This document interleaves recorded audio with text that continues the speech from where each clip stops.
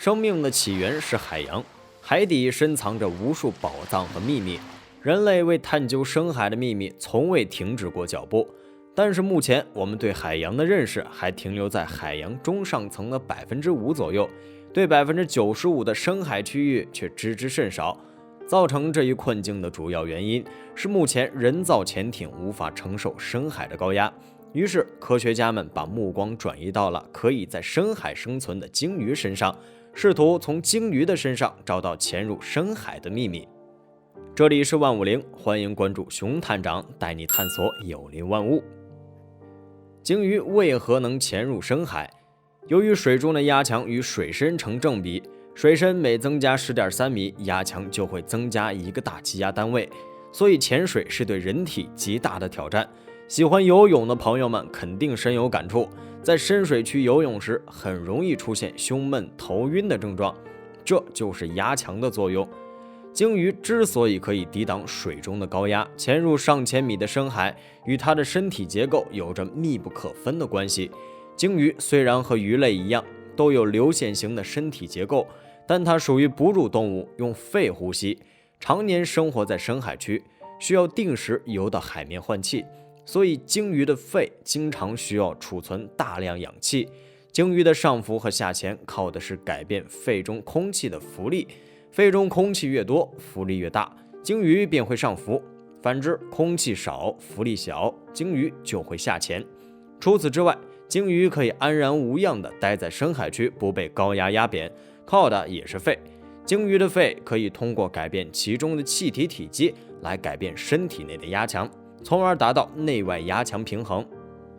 鲸鱼在潜入深海的过程中，肺会随着下潜深度而逐渐缩小，致使体内压强增大，与外界保持一致。从深海上浮则相反，但是鲸鱼也不能无限下潜，它的肺不能无限缩小，当到达某一限度时就不再缩小了，鲸鱼体内的压强也就不再增大了。这时如果继续下潜，鲸鱼也逃不了被高压压扁的命运。除了结构特殊的肺以外，鲸鱼还有很厚的身体表皮，肌肉很有弹力，可以帮助鲸鱼抵挡住深水的压力。外界压强变大时，鲸鱼的内部器官还可以分泌出半透明的包覆层，帮助保护其内部器官。鲸鱼深潜的能力是漫长的进化的结果，不同种类的鲸鱼可下潜的深度也不同。小型齿鲸的下潜深度在100到300米之间，长须鲸可以下潜至300到500米，下潜最深的是抹香鲸，可以下潜至1000到2000米的深海中，因此抹香鲸也被称为哺乳动物中的潜水冠军。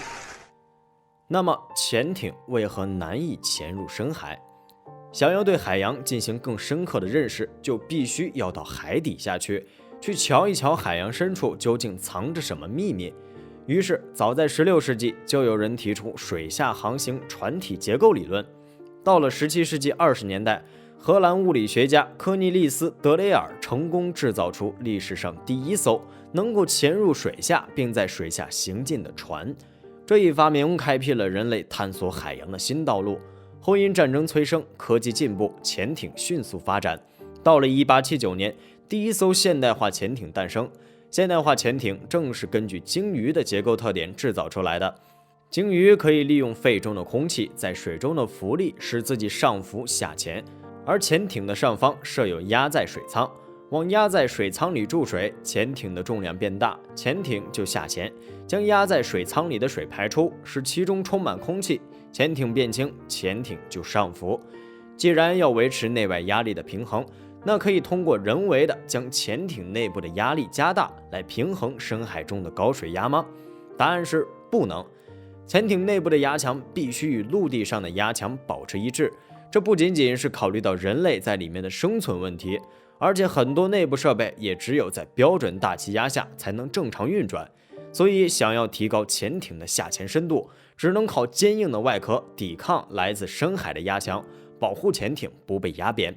想要提高潜艇的下潜深度，最大的困难就是如何抵抗深海带来的高压。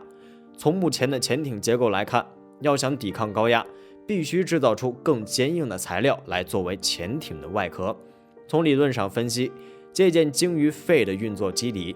在深海区提高潜艇内部的压强，实现内外压强统一，也可提高下潜深度，但前提要解决潜艇内设备在高压下的运作问题。除此之外，深潜带来的难题还有海下通讯困难、海水导致潜艇灵活性降低、海下作业困难等等。看到这里，有的观众朋友就会问熊探长了，那奋斗者号为何能下潜上万米？2020年11月10日，中国载人潜水器奋斗者号在西太平洋马里亚纳海沟成功下潜突破1万米，再创中国载人深潜的新纪录。我国载人潜水器研究虽然起步较晚，但后来居上，发展迅速。短短50年时间，我国载人深潜领域已达世界领先水平。从蛟龙号到奋斗者号，科学家独创了新型钛合金材料，采用电子束焊接技术，给奋斗者号穿上了铠甲，让奋斗者号更加坚固，潜水器的整体耐压水平大大提高。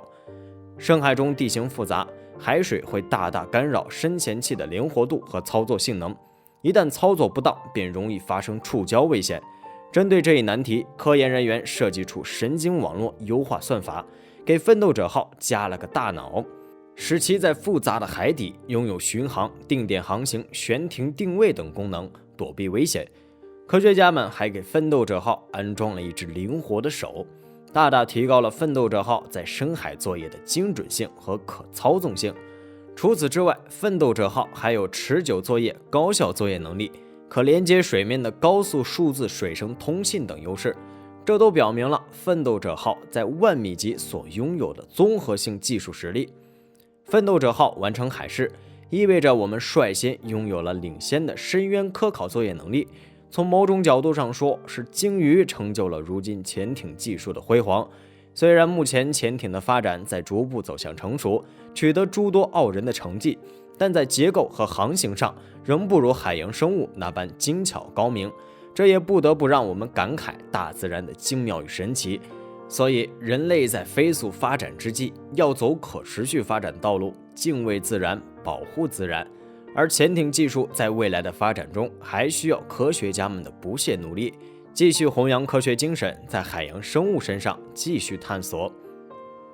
非常感谢您看完本期万物灵，欢迎点赞、评论加关注，您的关注是熊探长探秘的最大动力。